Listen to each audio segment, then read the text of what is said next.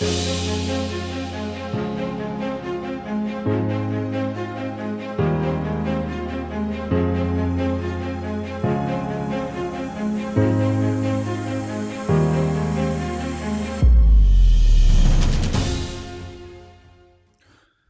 back to the Legacy Academy podcast. We're your hosts, Jono and Kirsty Rowe, and we're here to talk about building businesses, developing families, impacting communities to leave a legacy that endures. And we're excited to be back and talking about parenting today, specifically the first 12 weeks of having a new baby, which is a very exciting, very special time. And hey, we want to talk about our experience. We've had 4 children so far. 4? Yes, we've got 4 children, and we've been so blessed. And look, hey, we don't claim to be experts in this area, but we do want to share some things that have been really helpful for us, really useful for us. And we've studied a lot in this area. I know, Kirsty, particularly, you have just been a wizard, like a wizard or not a witch, whatever we need for a female version, but just a master. And I personally am excited about bringing your value, babe, to just anyone who's ready to share or listen to this podcast today and who's hungry for just some help, some tips and tricks. Some of the things we share today are going to be helpful. Some of them maybe people might not resonate with, because we read a lot of stuff that we didn't resonate with ourselves based on our values and how the way we want to raise our children. That's true. But before we kick off into a bit of content and you do share some great stuff, we've got a bit of structure to this conversation.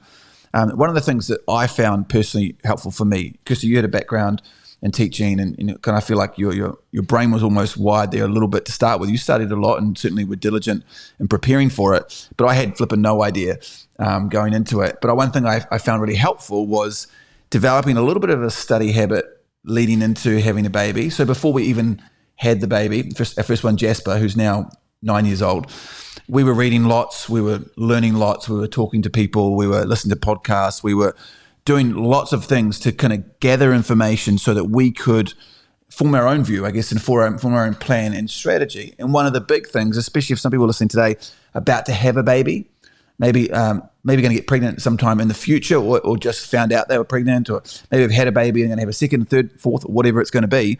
I think one of the biggest things is making sure that people do read and invest the time into learning and actually having a plan.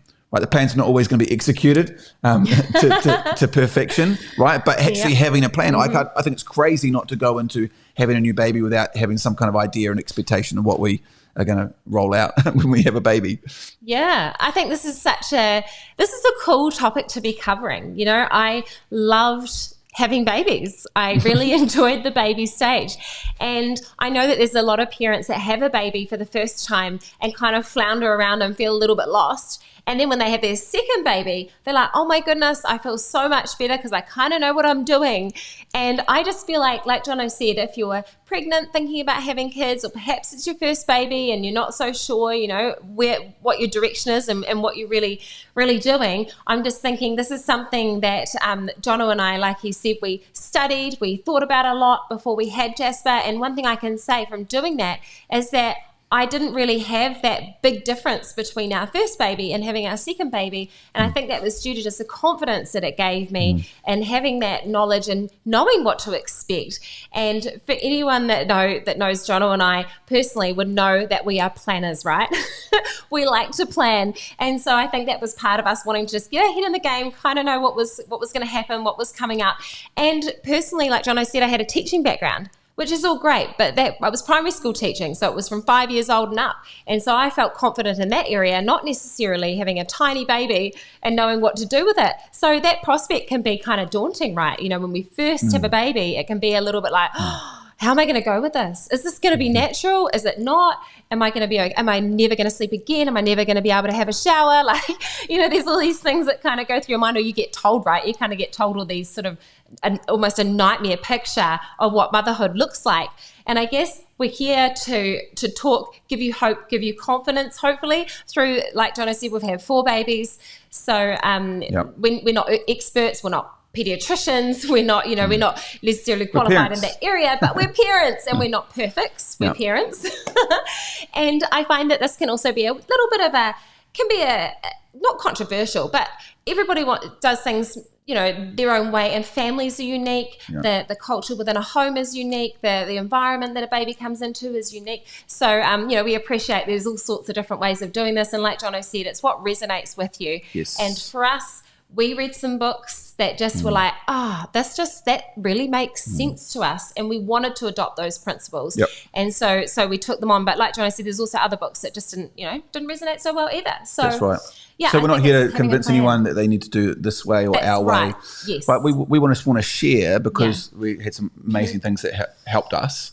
Right, we wouldn't say it was easy, but we really loved it and thrived on having children, and we felt like we had a little bit of control, even though sometimes lots of sleepless nights and things. But we went into that with a bit of expectation. Like me personally, when I was working long hours and demanding career in the early years of us having babies, I felt like we had at least a plan in place, even though a bit of loss of sleep, you go a bit delusional a few times and have a few crazy nights. And that's true. It's like dominoes when one of them gets a sickness or something, right? And we know what it's like as parents. It's all part of the journey, but at least we had a plan, right? And so we're looking for, if you're listening to this, it's whether listen for what you resonate with, like you said, Kirsty, what you connect with rather than what you don't connect with. Take away what you can and apply it. And treat it as a buffet. Exactly. Take what you want, leave what you don't want. Absolutely. Yeah. I mean, the first 3 months of life are pinnacle, aren't they? To putting in that structure, routine, and even habits are developed for a baby in those first 3 months of life. So I guess that's why Jono and I wanted to touch on just this period when babies are tiny and those things are being established. And one thing that we really believe is that adults, not babies, create difficult situations, and that there's a lot that we can do. And some of these things that become challenging with having a baby are a result of what you are or what you're not doing. Another sort of precursor with that is obviously if there's other things, with your baby, like reflux, colic, any of those sort of things, that's not our experience necessarily either, right? So there's all these factors. So we're just talking about normal healthy babies, that often there's things that we can do or decide not to do that result in situations and the way that baby responds and creates habits. Yes, and look, there's lots of things that people say, and we're just going to be. I'm gonna maybe I'll be the one that's a bit more blunt and transparent. You probably will be. But I hear people say things like that they say things and make statements that suggest that what they're experiencing is unique to them only. Right, like my baby's luck of the draw kind of stuff. Yeah, like my baby's not a very good sleeper, or my baby, she's just always alert, or hey, she's awake during the day and doesn't sleep at night, or Do you mean the other way around? Other way around, yeah. like sleeping during the day, waking night. up, and that's really common. Like that's what something we expected. The first 3 very months. normal. Think about even, and I don't know if we're going to get into this or not, but you're walking around during the day when you're pregnant, carrying a baby, and it's rocking it to sleep, right? The baby, and then it's no wonder it's active at night time, and the whole feed-wake sleep cycle, which we may touch on. I'm not sure if you've got that in your notes here, but it's about teaching that child, teaching the baby routine, and it takes time. It takes weeks and weeks and weeks, just like any success in any arena. It takes time, it takes hard work, it takes some diligence, it takes some setbacks, it takes all those things, right? And get some good people around you, all those fundamentals to, like we say, success in any area. Get around good people who can help you learn, study, and babies, just like us, learn skills bit by bit. Yes. So it does take time. And I guess Jono and I are going to share today some of the best things that we've we're not going to share everything, but some of the best things that we've found has been really helpful for us when embarking on this journey, right? Yep. And one of the things that we've just taken on right from the get-go is begin as you mean to go. And that's something that came up for us in one of the books we read, Baby Wise, by Anne and Gary Ezzo. And also it's in, it's going from Baby Love. Robin Barker's book as well also talks about that same principle. And that's something that from the beginning we've decided to apply, right? Yes. That, that it's, you don't want to start habits that later on you're going to want to break. It's a big one. Yeah. And so, if you want your child to self-soothe and fall asleep on their own, then start now. If you want your baby to sleep in a cot, start now. If you don't want your baby sleeping on you for most of their naps, then really don't start making that a habit early on. Think about where they're having their naps throughout the day and how many of those naps are on you. I know sometimes in some situations when I've talked to people, they've been living with family and there's a lot of people around and they all like having a hold of the baby, which is great. But if that's going to be a situation ongoingly through the whole, time, and then maybe that's okay. But if you plan to move out sometime and you're going to be on your own with this baby and suddenly you don't have all the baby holders around for all the naps, you might want to kind of rethink about the habit that's starting to set in, just to think down the track, what do I want my baby to learn? Because it's a skill that they're learning to fall asleep on their own and to not fall asleep on people, right? And I'm going to just jump in here from time to time, right? Because this is good. I'm going to give my a dad's perspective, because there's a bit of a balance here, isn't there? Because the first time you have a baby, like, it's an incredible experience. In my view, the most amazing miracle on the planet, a newborn baby, seeing a baby take their first breath. We talked a little bit about before in leadership context of, I've seen our babies take their first breath. I saw my dad take his last, and the opposite ends of the spectrum. It's such a special moment. So the first couple of weeks, like, taking the time to have lots of cuddles and enjoy your baby, and don't, we're not saying like to have a rigid schedule. No, there's a real balance here. And hey, and around family as well. Like the first couple of weeks, particularly, and in my mind, I'm thinking like the first 2 or 3 weeks, as you start to form that bit of routine. Like, you got to be pretty. That's not going to create the habit that lasts forever. Right? So the first 2 or 3 weeks, totally. But be prepared. Just like when you separate yourself from, think about success in anything, right? When you separate yourself from, and you've got a bit of a plan, and you want to succeed, and it's different to maybe what other people have done, your family has done, particularly all your parents, then there's going to be a little bit of pushback there sometimes, because you're setting some boundaries in place for your parents, for example, right? So, and I know there was times for us when we were talking about, Kirsty, you were all across the time, and the baby needs to be fed, and you were kind of measuring things, which is a good habit and a good thing to do. And sometimes, no, you can't pick the baby up because they've just gone down to sleep, for goodness sake. They need to start learning how to sleep. And this might be 5-6 weeks in, although someone wants to hold the baby, you can't go pick the baby up because it's going to disrupt its growth. And it might be difficult for some people to do that, and difficult for dad. Sometimes dad gets home from work, wants to lift the baby up, and maybe there's got to be a communication thing between as a couple. But what is the outcome? What is the big picture goal here? Like, we want to raise a child that grows strong, safe, with principles, values, and has the best possible chance of developing the routine to get the best sleep, for the oxygen for their brain, all that kind of stuff, which is important. Yeah. And I think the important thing to note there with what we were just saying is those times that can be, the exception to the rule, but to be able to have a flexible routine, you need to first of all have a routine, and you need to establish a routine. And then if it's not the norm throughout the baby's day, it's fine. So if you have a visitor over, an auntie that hasn't met the baby, and they pick it up for a cuddle and the baby keeps sleeping on them, it's fine. But if that's the case for multiple times over the whole day, it's starting to create that new habit, right, for a baby. I hope we're making sense. I think so. Yeah, we are. And look, I remember my sister started Babywise years ago, right, when my niece Jade, if she's listening, hello Jade, she's 18 years old now, and my sister Amelia in Babywise, and that's when I first heard about it. And we obviously discussed it before when we got married and started talking about our kids and family planning. But I remember asking Amelia, hey, can I pick up Jade? Can I hold her? And it would just be depending on kind of what the mum was, what she was planning for that child, So she had a strategy in place, she had a plan, and got to respect that. It's all part of raising children well. And I'm so thankful for Babywise and that resource for having babies that sleep.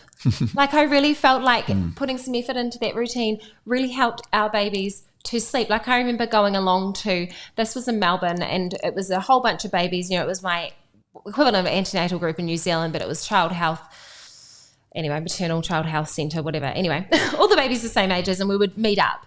And I remember just like going and putting Jasper, at the time our eldest, I remember swaddling him up and just popping him down in the pram. Didn't need to rock it or anything, and he just went off to sleep. And I remember some of the mums commenting like, what? How can you do that? Like, my baby would never go to sleep if I just popped him in the pram and walked away. And they couldn't believe that I could do that.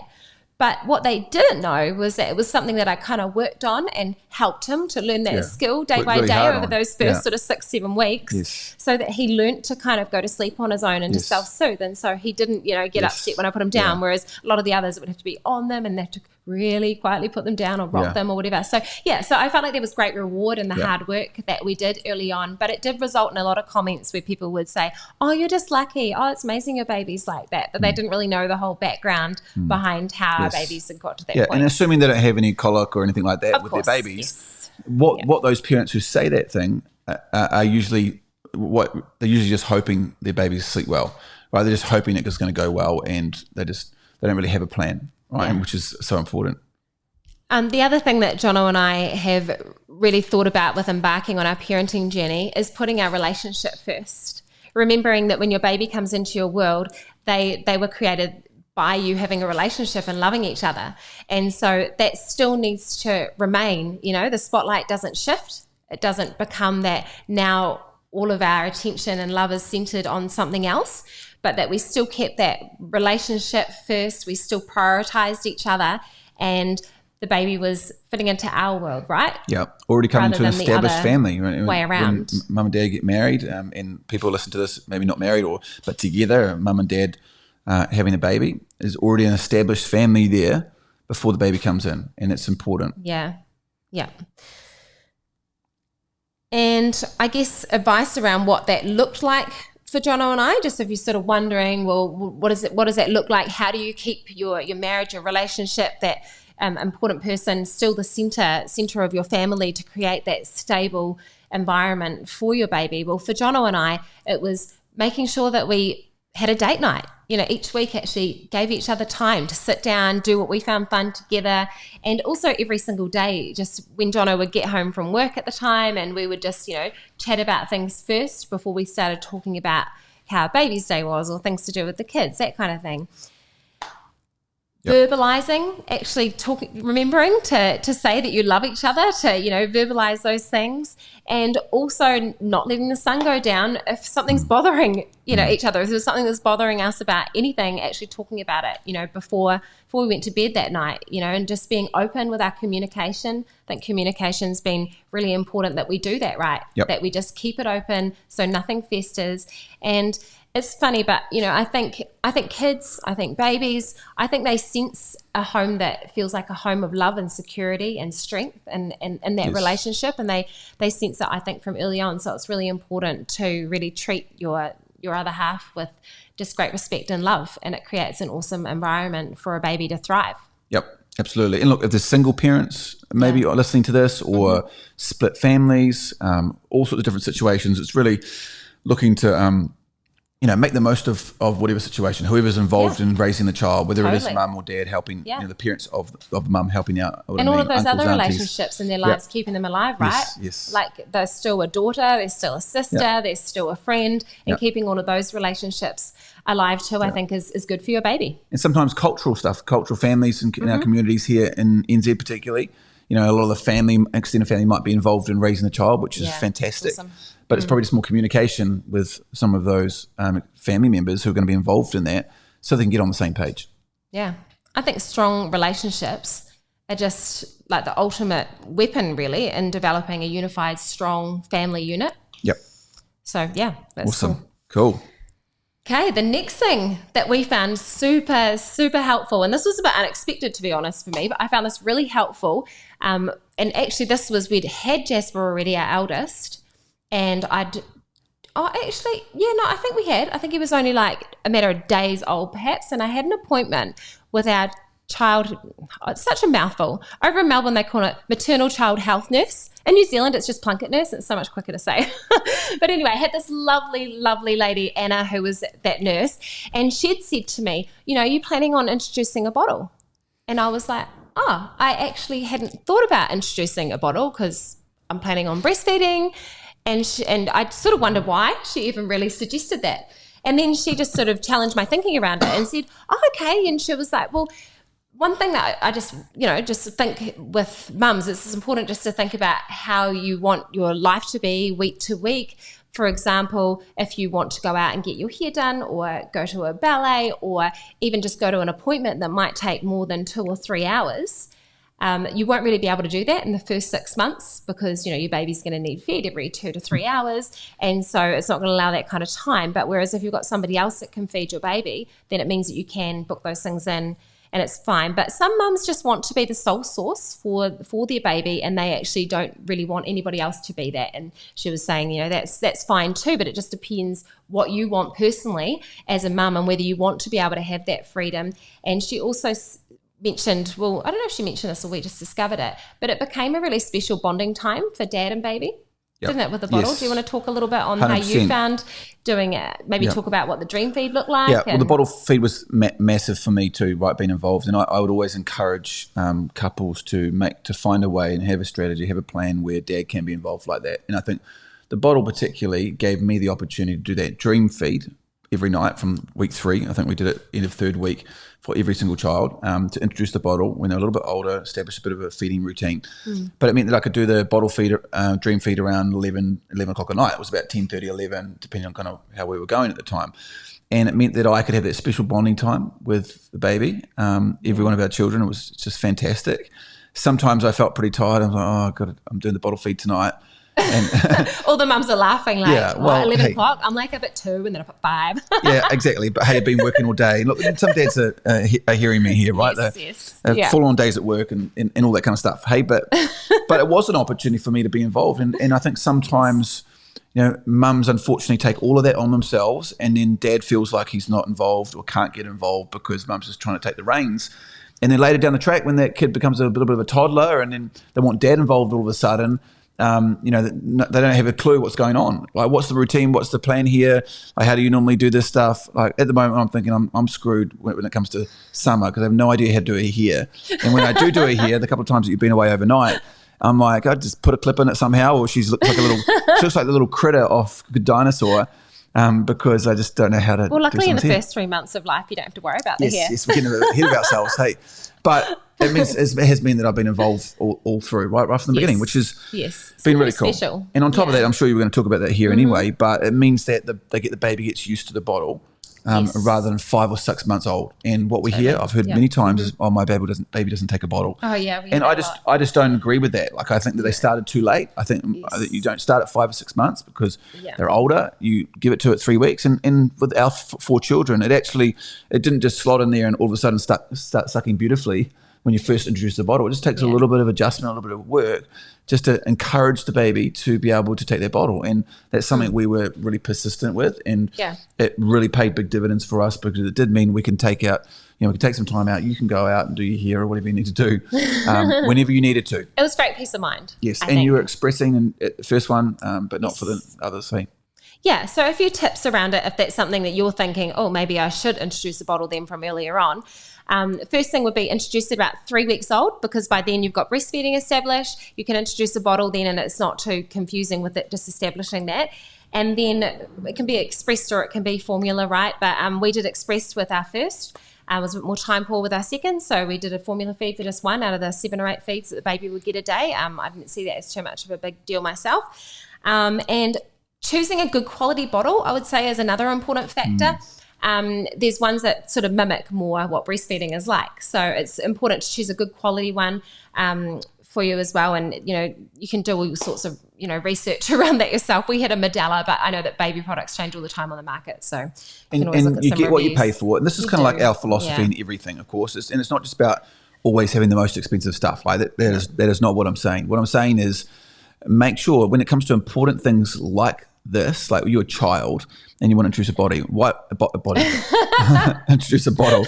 Oh gosh, why wouldn't you spend a few extra dollars on a quality bottle? Not to mention pump, ladies. You want one that's going to be, quick and do the job well, rather than you sitting there for hours on end. So very important. And I really loved allowing Jono to do that for the bonding reasons like we talked about. And with introducing a bottle, the other thing I was thinking of too is sometimes that helps if mum just disappears and let dad or someone else, you might be a single parent and want to use your mum or just have family around and someone else wants to do it. But I think sometimes that can help a baby take a bottle, especially in the initial stages, because otherwise they can smell your breast milk and that if you're trying to do it yourself. So I think it's quite good to just keep a little bit of distance when you're just trying to introduce it. And on top of that, at night time when I was doing the dream feed, which we did for a good few months until they started to really extend their sleeping overnight, it meant that you could go to bed earlier. So think about how challenging and difficult it is for a mum to be feeding every 2 or 3 hours during the night, every night. It's challenging, right? Can you imagine how hard it was? It was hard enough for me getting woken up for the first 2 days, people. And for mum, I just think it's absolutely amazing what you mums do. Just the toughest people on the planet, just incredible. But it meant that you could go to bed a bit earlier, right? So we would typically do have a bath. We do the baby bath and a bit of a daily routine. We felt like that gave the baby a little bit more structure to the day, and it was a bit more soothing. And bath, story, song, into bed, swaddled up. Even as a baby, that's right, swaddled up, and then you did finish your feed, and then a couple of hours later, do bottle feed. You'd already gone to bed, catched up on sleep. Caught up on sleep, got sleeping. Well, it meant I could get to sleep maybe 8:30, 9 o'clock and get that stretch through to when baby wakes up again after that dream feed, which is usually about 2:30, 3 o'clock. So you're getting quite a good, decent amount of sleep, which sometimes you really just need when you're quite exhausted in those early days. So yes. Yep. Cool. Another thing that we found helpful was introducing a comforter. So this was something that we found was helpful just for the kids getting to sleep, and all 4 of our kids as babies got attached to something. So we had those little, they've got little animal heads and they've got a little blankie put on it. And so there was like, one's got a bunny, one's got a lammy, one had a teddy. And what am I missing? They actually all had different animals, hey? Yes. Anyway, doesn't matter. What can I have? Can't remember. Brooklyn, I don't know, he had his fingers, didn't he? I don't know. But it was, And what we found was really, really good about this is that they could hold on to it as they went to sleep, but it wasn't something that they couldn't reach for, because as we talked about earlier on, we wanted to begin as we meant to go. So, for example, I thought if baby had a dummy and then they were 6 months old and dummy falls out of their mouth, can a 6-month-old grab a dummy and put it back in the middle of the night? And so that was my thinking around, I didn't want to create the habit of that because I didn't want them to have to wake me to get what comforted them. And so having a little blankie like that, I found was just a really nice thing that could help baby, especially when you maybe go and stay somewhere else that's unfamiliar. They've got just this nice familiar thing that they can have as they go to bed and sort of as part of their sleep routine, but they could also, it wasn't going to be an issue down the track for them to be able to just grab it to hold on to when they were in bed. Choose something they can reach for themselves, and think about if it's machine washable, fast drying, and buy 2 or 3. And buy them at the time, not when the manufacturers change the fabric slightly and then they don't like it. But that was something. And I guess another thing we found helpful with settling them down to sleep right was swaddling. Yep. Swaddle your baby. This has been a big thing for us. And it was actually Jono that suggested it. And this was before baby was born. And I was a bit resistant at the start. I was sort of like, that's so mean. They're not going to be able to get their hands up. And I was like a thumb sucker when I was a kid. And I thought, oh, that sounds traumatizing, wrapping them up and taking their hands away. But for you, I think, was it something that you'd seen also your sister do as well? My sister modeled it, and some of my cousins. So I saw it, and it made sense. The baby comes out of the womb and is all snuggled up. And, this again does take a little bit of work to be able to get used to, because you're swaddling your baby up and you're swaddling their hands down most of the time. Sometimes we would live one arm up. You can do it differently. Depends how you do it. Well, we like the hands down to start with, right? And you're like, oh, shoot, they can't even suck their thumbs, can't soothe themselves to sleep, and you think that's a problem. But we were just, again, persistent with it, and our children got used to it, and it really, really helped. As you mentioned before, you could put the kids down in the pram when you were out walking and swaddle them, and they would go straight to sleep. And that doesn't happen just by chance. It's not because you're lucky, not just because it's happened. It's because you worked at it. Yep. And it is, like Jono said, it mimics that secure feeling that babies have in the womb, where it's like it's tight, it's snuggly, and it promotes that longer, more settled sleep. There's something called the startle reflex that babies have early on, and often this is what actually will jolt them out of their sleep and can interrupt it. So being swaddled nice and tightly, when they have that startle reflex, it's not really very noticeable, and they can actually just carry on sleeping, and it promotes that deeper sleep for baby. There's lots of reasons, I guess, why we did it, and also it's an ancient practice. Believe it or not, swaddling is something that's been done for centuries. So it goes back to biblical times around swaddling a baby. So it's something that's just stood the test of time and just is a really calming part of baby's sleep routine.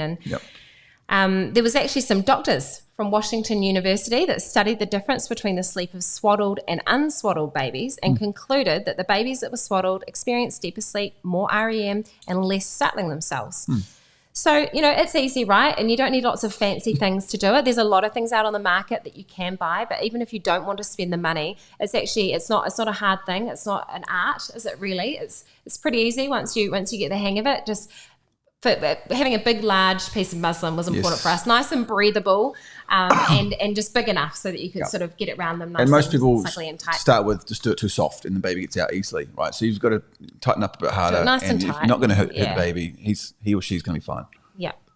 And side note, this was another thing that I actually found helpful, another parent hack, was sleeping gowns. I think I got onto this probably with my second baby, but just, zips. Not for the baby, right? For you. Not for me. Oh, okay. Not your sleeping. Definitely not sleeping. I'm not suggesting what I'm just clarifying here. Like, some of the dads are listening and like, what? Sleeping babies. Gowns. But they are like long sleeve, but they've got like, they're just like elastic around the bottom. They're just a gown. So even if you've got a baby boy, they can wear a sleeping gown. And it means when you're half asleep, mums, and you're changing a nappy, you just basically lift it up and change a nappy rather than a zip or domes or anything. I thought that was great. It's been a while. Yeah, but it's good. Yep. Just a side over there. So the next thing that we found helpful when embarking on having a baby was having a routine, which we already touched on at the beginning. Jono mentioned about in the first 2 weeks, just enjoying your baby, don't start consuming yourself with, I have to put this rigid routine in. Oh no, I'm going to create habits. You're not going to create any habits. There's nothing to really think about other than just making sure that your baby has full feeds as much as you can as your milk comes in, but just actually really enjoying your baby, bonding with your baby, lots of cuddles with your baby. I think those first few weeks are really important that you just enjoy that, right? Don't put any stress on the routine. Yep. However, after those first 2 to 3 weeks, I think it's really important that you start shifting your mindset into thinking about, okay, what do I want my days to look like? What skills do I want to teach my baby? And so asking yourself those things. Do I want them to be able to be put down to sleep on their own? And that requires a little bit of work, and that's where the routine comes in, right?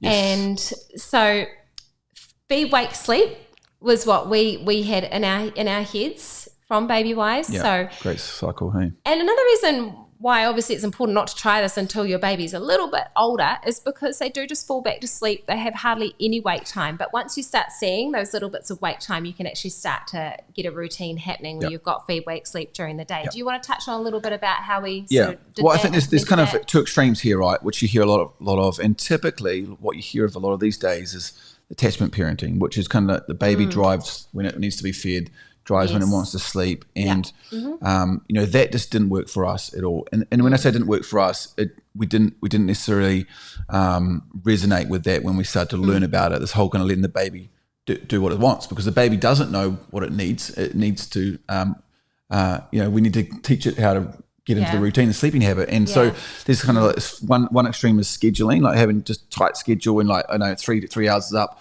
it's time to feed no matter what. Or there's this other side, which is the attachment, kind of like just whenever the baby feels like it wants to feed, give it a feed.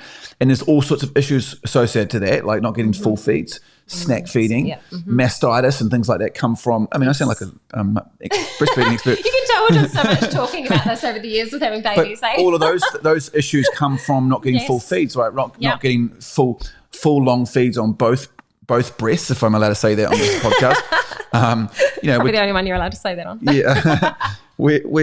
So it's full feeding so that you get the good quality milk, which is at near the end of the feed, right, not at the start, and making sure you're not getting that snacking. And otherwise the baby gets used to snacking and then you don't get quality sleep, and all of those things come into play. And so what I found is really simply as a dad, and what came from Baby Wise as well, is the combination of scheduling plus parental assessment.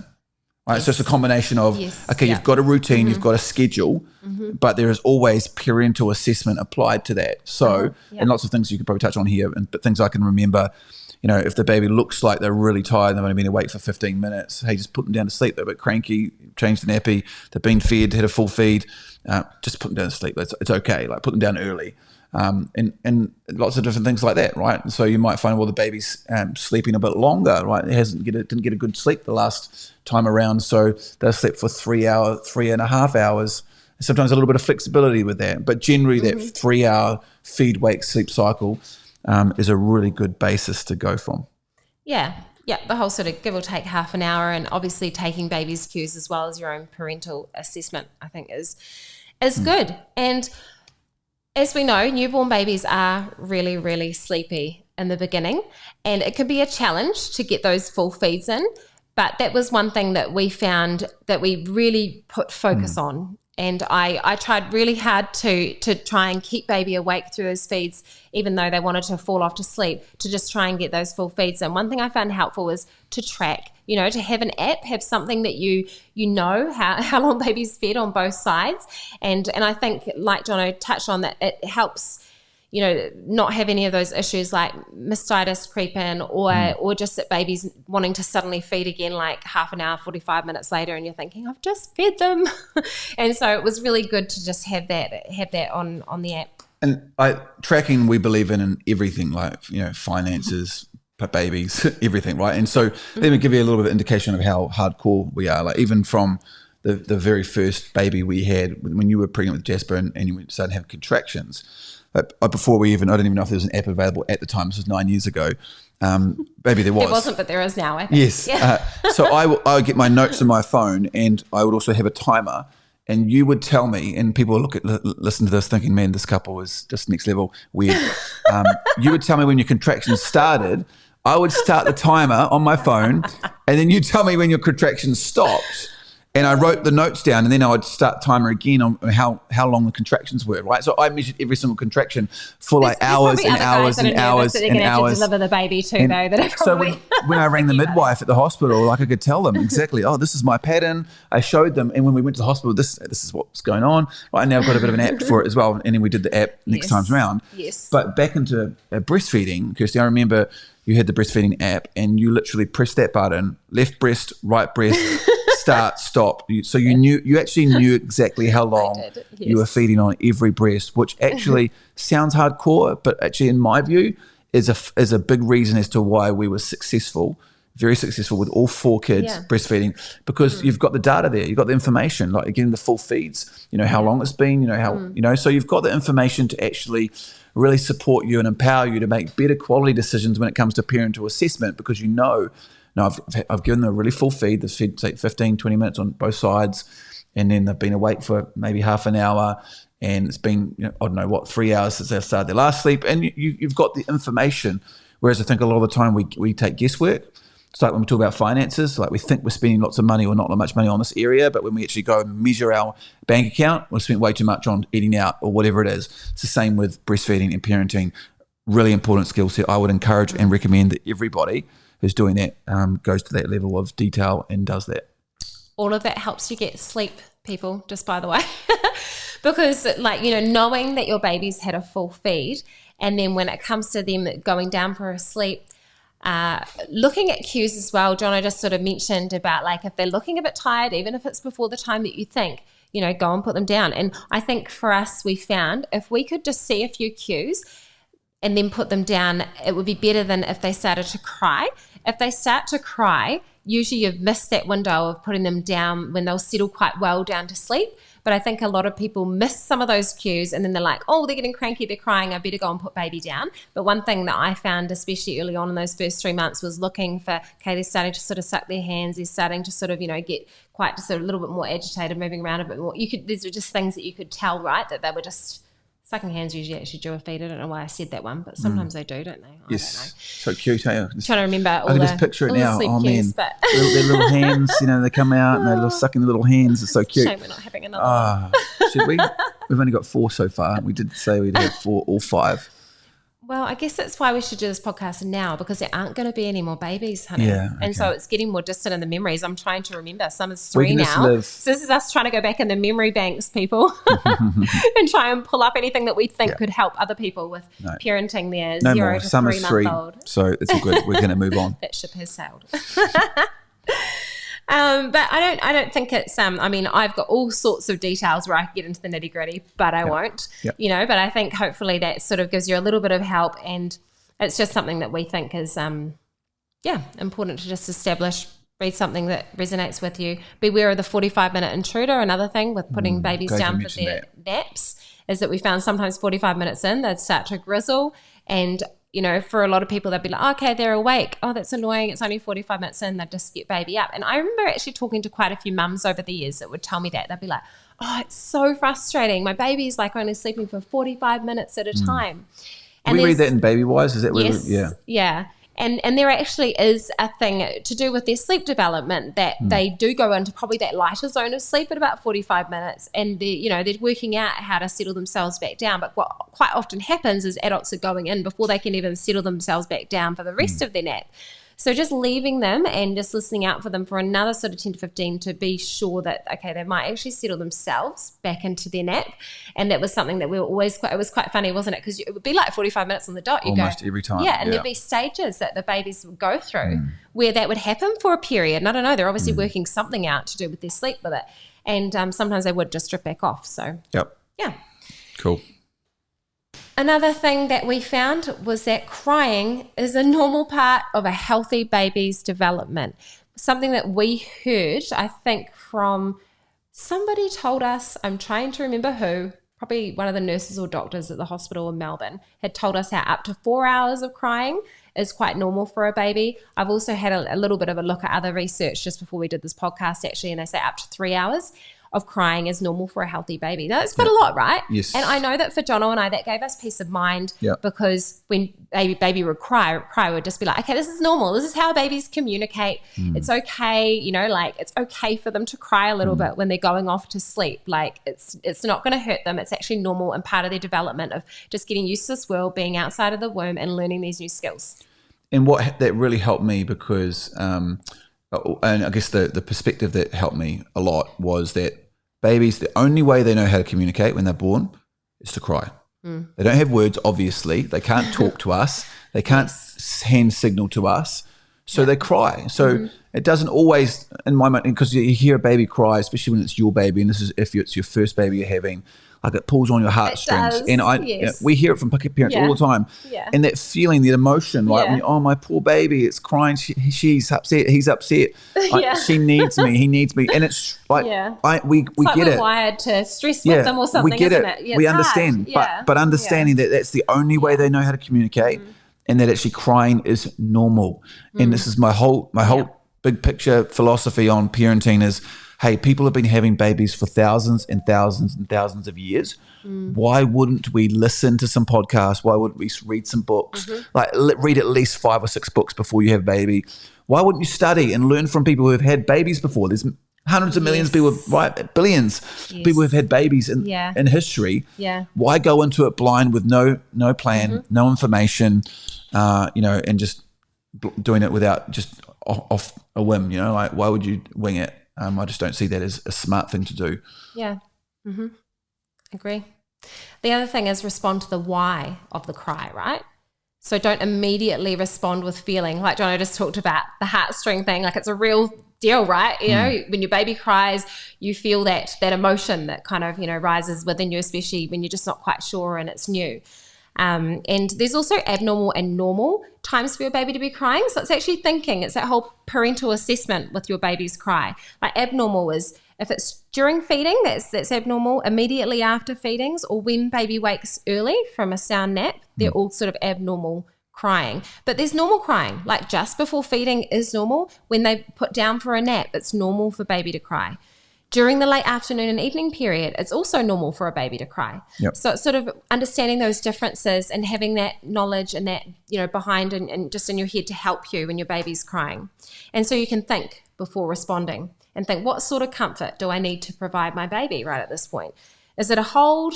Is it giving them their comforter in their cot? Is it a nappy change? Is it a feed? Just asking yourself those things. And sometimes you can tick off things in your mind and you realize, okay, everything's absolutely fine. They're just trying to get to sleep. Yeah. But so it's just, I think it's important to note that. Yep. Fantastic. I think that's all we were going to cover in this episode. So that's fantastic. I hope everyone who's listening got some value from it. What we say, take what you can, take what you resonate with and go out and apply it. But we're talking about parenting. We're going to have more podcasts about parenting, I'm sure, coming up. And hey, we've got some exciting interviews coming up in the next few episodes. Yes. We've handpicked, selected some people we want to kind of really interview around different areas, different topics, not just babies, right? But success, business, community impact, leadership, all those great things, because this is what this podcast is about. It's about doing life well. It's about succeeding in whatever you do. It's about leaving a legacy, like we say. And the way we believe an effective way to do that is by building businesses, developing families in a great way, and impacting communities to build a legacy, to do something that really matters long term. And look, if it's like this is like a virtual mentor resource. We want this podcast series and these episodes to be like a virtual mentor resource, because we fundamentally believe to do life well, we should have quality mentoring relationships and learn from people who have the success, who have the results, who have the fruit on the tree in the areas you want to grow in. And so, get around someone who has the ability to help you, get around someone who's willing to help you and is potentially going to be with you long term is really important. And so excited to be here. Thanks for listening, guys. Make sure you like and comment and recommend, write a review, share to your friends, send to everybody. Hope you've enjoyed this Legacy Academy podcast, and we'll see you back again soon.